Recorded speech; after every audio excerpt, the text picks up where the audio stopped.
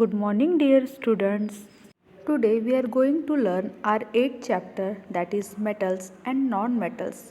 Students, topics to be covered in this chapter are: first, introduction part; second, metals and non-metals; third, physical and chemical properties; fourth, metallurgy; fifth, chemical bonding; and last, alloy. So, let's start.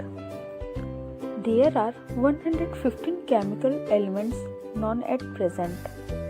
There are similarities as well as difference in the properties of these elements. So, first we see what is element. Element is a substance that can't be broken into more simpler substance. Means element वो substance है जो और simple substance में break नहीं हो सकता। Means जो elements होता है वो परमाणु से बने होते हैं, मतलब एटम से बने होते हैं। बहुत सारे एटम्स को मिला के एलिमेंट्स बनते हैं। फॉर एग्जांपल, सपोज आपको यहाँ डायग्राम दिख रहा है, एक सुंदर सा पैंडल है, तो ये किससे बना है? गोल्ड से। Gold is also belonging to the category of metals. And second diagram में आपको दिख रहा है these are aluminium sheet. Again we know that aluminium sheet से भी आप फैमिलियर है। हम घर में फॉइल्स यूज़ करते हैं फूड पैकिंग के लिए, तो वो भी किससे बने होते हैं? एल्युमिनियम से बने होते हैं। So it is also belonging to the category of metals. Students, all the metals have similar properties. All the non-metals also have similar properties, but the properties of non-metals are opposite to those of metals. So, we will now describe the properties of metals and non-metals one by one. First physical property of metals is malleability. Malleability means it is the process of beating substances into thin sheet. जिसमें जो substance है वो thin sheet में convert हो जाता है, जिसमें हम मेटल्स आर मेलिएबल। जो मेटल होता है अगर हम उसे मतलब मेटल को अगर हम बीट करते हैं, beat with a hammer 4 or 5 times, we will find that the piece of metal turn into a thin sheet without breaking, and we say that metal is malleable और it show malleability. For example, आपको दिख रहा होगा silver foil और silver sheet. जब हम silver को hammering करते हैं तो हम उसे फॉइल या शीट में कन्वर्ट कर सकते हैं। So metals are malleable and non metals are non malleable because they are brittle. Means suppose if they can not be beaten with a hammer to form thin sheet because they are brittle. Means वो कच्चे होते हैं, इसलिए हम उसे thin sheet में convert नहीं कर सकते। Second property is ductility. Ductility means it is the process of drawing substances into thin wires. Means जो सब्सटेंस है वो उसे थिन वायर्स में कन्वर्ट करना पड़ता है, इसमें भी हैमरिंग की ज़रूरत पड़ती है। सो जो मेटल्स है वो कैसे हैं? Ductile. Metals are ductile, they are available in the form of wires. तो जो मेटल है वो वायर्स में कन्वर्ट हो सकते हैं हैमरिंग के through, but non metals are non ductile. Means because they are brittle. जो नॉन मेटल्स है उन्हें हम वायर में कन्वर्ट नहीं कर सकते हैं क्योंकि वो ब्रिटल है, कच्चे हैं। अगर हम उसे वायर हैमरिंग करते हैं तो वो ब्रेक हो जाएंगे, इसलिए नॉन मेटल कैसे हैं? नॉन डक्टाइल है। For example, copper and aluminium metals आप लोगों को दिख रहा है डायग्राम में। Copper and aluminum metals are also very ductile and can be drawn into thin copper wires and aluminum wires, which are used as electric wires.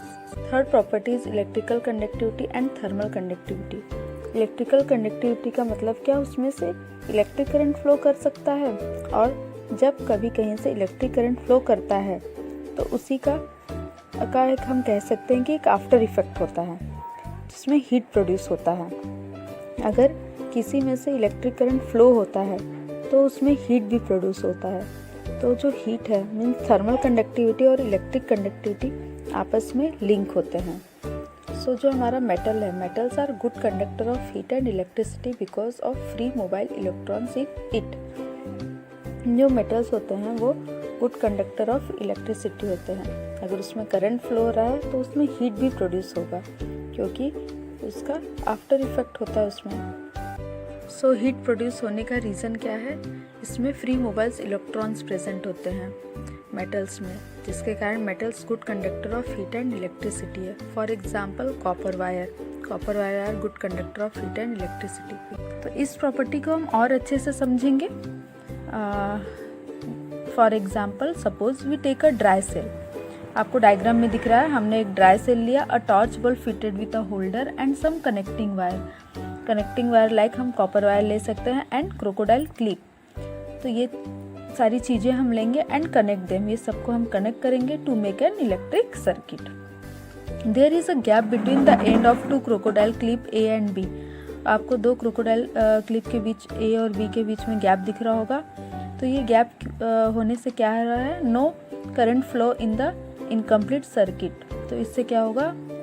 Current flow नहीं होगा and hence bulb does not light up. Let us now insert a piece of aluminium foil between the end of crocodile clip A and B. अब हम एक aluminium foil लेंगे और crocodile ए और B के बीच में रखेंगे, ठीक है, मीन्स कनेक्ट करेंगे उन ए और बी के बीच में। तो we will see the bulb light up at once. तो हम देखेंगे कि बल्ब क्या हुआ? जल गया। This means that the aluminium foil allows electric current to pass through it. इसका मतलब क्या हुआ? एल्युमिनियम फॉइल इसने क्या किया? इलेक्ट्रिक करंट पास किया, जिसके कारण क्या हुआ? बल्ब जल गया। This show that the aluminium metals conduct electric current. In other word, aluminium metal is a good conductor of electricity. तो हम क्या कह सकते हैं? जो एल्युमिनियम मेटल है वो गुड कंडक्टर ऑफ इलेक्ट्रिसिटी है। Okay, and if we talk about non metals, so non-metal are poor conductor of heat and electricity because they do not have free mobile electron. अब non-metal के पास free mobile electron नहीं है, that is the reason they are poor conductor of heat and electricity. तो इसलिए ये poor conductor of heat और electricity है। Next property we see that is lustre.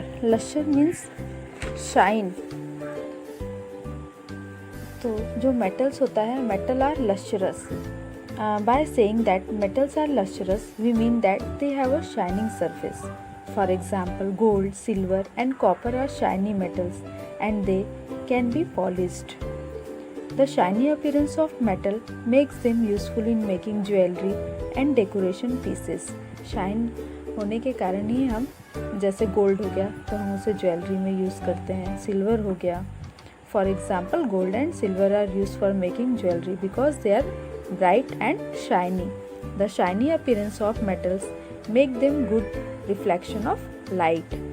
So silver metal is an excellent reflector of light. That is why it is used in making mirrors.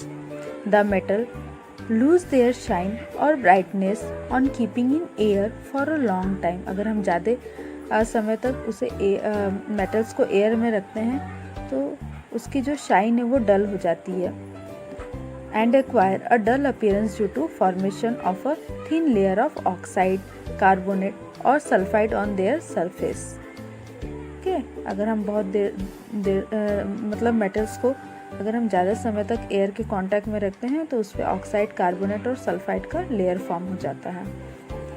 And non metals are non lustrous. Non metal कैसा होता है? Non lustrous. Non metal do not have a shining surface. The solid non-metals have a dull appearance. Solid non-metals जो होते हैं उनका appearance कैसा होता है? dull होता है। For example, sulfur and phosphorus are non-metals which have no luster. That is, they do not have a shining surface. They appear to be dull. वो कैसे दिखते हैं? dull दिखते हैं। There is however an exception. यहाँ पे भी एक exception है। For example, like iodine is a non-metal having lustrous appearance. Iodine ही एक ऐसा नॉन मेटल है जिसका अपीयरेंस कैसा है? लस्ट्रस है। It has a shining surface. Next property is hardness. Metals are generally hard. Most of the metals are hard but all the metals are not equally hard. सारे metal equally hard नहीं होते. The hardness varies from metal to metal. Most of the metals like iron, copper, aluminium, etc. are very hard. They cannot be cut with a knife There are some exceptions. Sodium and potassium are soft metal which can be cut easily with a knife. आप लोगों को diagram में दिख रहा होगा, जो sodium और potassium है हम उसे easily नाइफ से कट कर सकते हैं. And non-metals are generally soft. Most of the solid non-metals are quite soft. For example, sulfur and phosphorus are solid non-metals which are quite soft. Only one non-metal, that is diamond, is very hard. In fact, diamond is the hardest natural substance known. एक diamond ही एक ऐसा non metal है जो बहुत hard है. Next property is melting point and boiling point.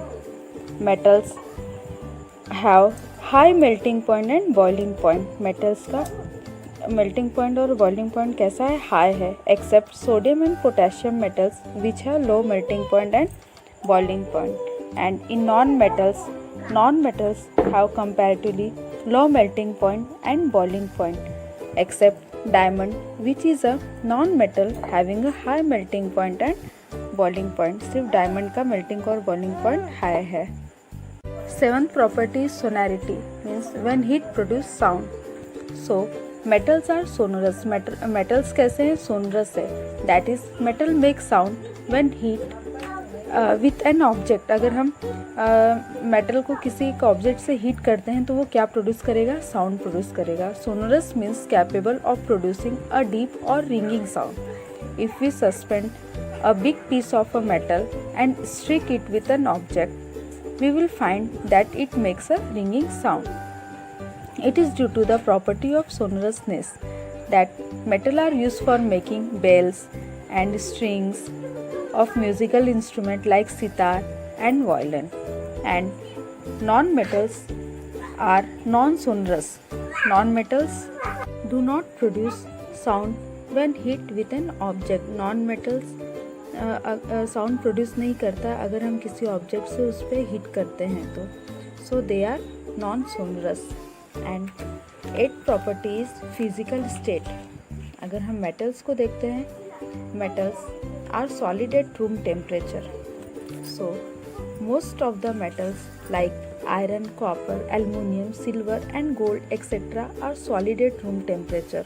Only one metal, mercury, is in liquid state at room temperature. सिर्फ एक मरकरी ऐसा है जिसका लिक्विड स्टेट है. आपको डायग्राम में दिख रहा होगा, ओनली मरकरी कैसा मेटल है जो कैसा है? लिक्विड स्टेट है at room temperature. And non metals may be solid, liquid और gases at room temperature. Non metals can exist in all the three physical state, solid, liquid and gaseous. For example, carbon, sulfur and phosphorus are solid non-metals. Bromine is a liquid non-metal. याद रखिएगा, bromine क्या है? Liquid non-metal है. Whereas hydrogen, oxygen, nitrogen and chlorine are gaseous non-metals. और hydrogen, oxygen, nitrogen and chlorine क्या है? gaseous non-metal है. So this is about physical properties of metals and non-metals. And in next video we will learn about chemical properties of metals and non-metals. At last, today's homework, okay, you have to do it. Thank you.